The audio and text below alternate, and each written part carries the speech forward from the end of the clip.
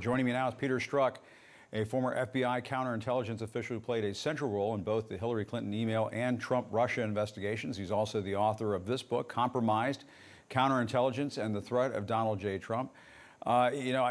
Peter, you're perfect to talk to about this. This is a very important situation, and it's interesting that White House officials are privately expressing these concerns that this material at Mar-a-Lago could potentially jeopardize U.S. sources and methods for intelligence gathering. I suppose they're not tipping their hand that they think that the documents themselves are sensitive, but there is a concern, I suppose. How dangerous would it be to have documents like this laying around the basement of Mar-a-Lago in a storeroom that originally didn't even have a padlock on it, apparently?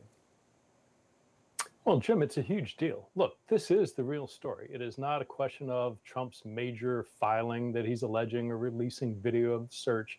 The big issue at the end of the day is the nightmare scenario that you have extraordinarily classified documents that might impact the lives of agents overseas, documents that might impact very expensive, very sophisticated intelligence collection, whether on satellites or other sort of cyber means of intelligence gathering, all in the possession of Donald Trump, who had no authority to have it, who had, as you said, this stuck in a basement where nobody, his attorneys on television can't tell whether 2, 10, 40 people had access to the room.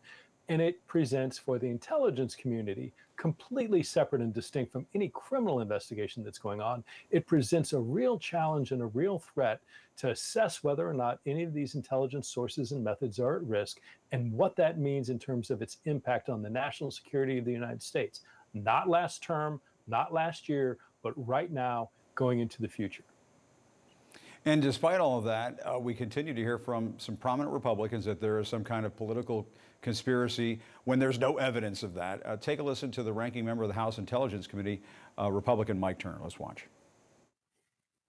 It's the leadership. It's the two individuals that have been appointed by this president, the FBI Director Wray, who serves at the pleasure of the president, and of course, Attorney General Garland, that have questions to answer, both the American public and to Congress and to our Intelligence Committee about their actions. And certainly we condemn any and all violence. And it's always disheartening. I mean, it's heartbreaking when people make statements like this, and it certainly should be condemned. Yeah, I mean, just a note, the Christopher Wray, the FBI director, was appointed by Donald Trump. But I take your point. Republican Congressman. He serves at the pleasure of this president, so he is an appointee of the current president because he's stayed.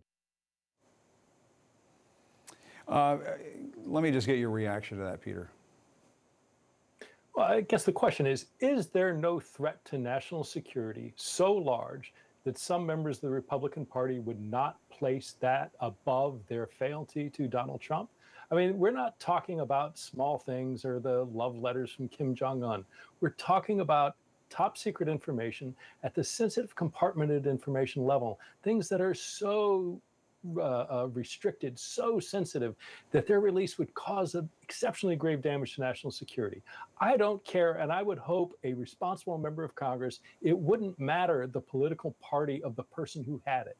If they had this information, if they were placing it at risk, that is something that should rise above any sort of partisan concerns. But we saw a pattern over 4 years of Trump attacking this notion of sort of perverting the goal. You know, I grew up a Republican, and it was the party of national security and law and order. And that was something that was a core component of the party. And now that's all gone. It's support and defense of Trump, national security, the United States be damned. It doesn't matter what he does because he has to be protected at all costs. And it's shameful, and people shouldn't be doing it.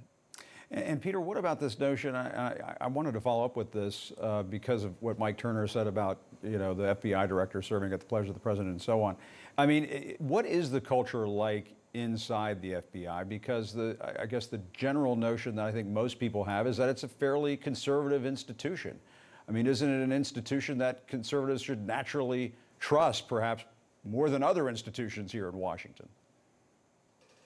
Absolutely it is. I mean, look, my experience over, more than 20 years was that the workforce is very largely conservative.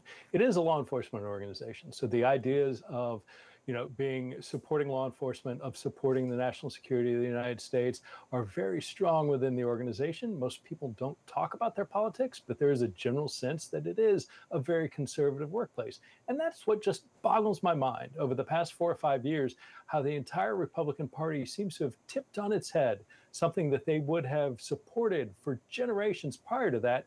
And again, the one reason that I can put my finger on, the one reason that they've abandoned this sort of support for the national security of the United States is falling under the thrall of Donald Trump. And anything that would pose potentially a threat to him or a challenge to him necessarily becomes the enemy. And that's what you're seeing driving this sort of condemnation and criticism of the FBI right now. And I wanted to ask you about this. Our reporting is that Trump is considering whether to release the actual surveillance footage of the Mar-a-Lago search to fire up his supporters.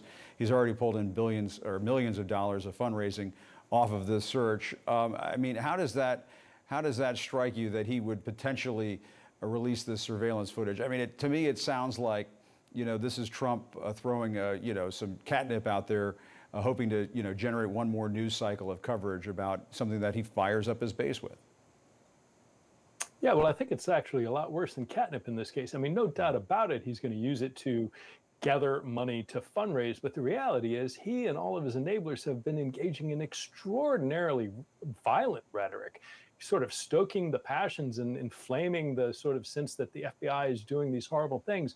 We had a gunman who's now dead attack the FBI Cincinnati field office. We've had others charged with making threats against FBI agents. We've had a judge who's been doxxed. All these things that he's doing are creating an environment of violence. And if he goes and he releases videotape of the search, which would allow those agents and investigators to be identified, I can't think of a more irresponsible, disgusting thing for him to do, all in the name of generating political support, all in the name of squeezing another $1.50 out of the supporters that he has been bilking now for years and years and years. And that leads me to a quick follow-up, Peter, and that is, would the FBI want to see that surveillance footage? If he's going to raise the specter of releasing this footage, is that something that would be tantalizing for the FBI, for investigators to want to take a look at, to see what kind of security measures were being put in place to keep those documents secure, who was coming and going? That might be useful information.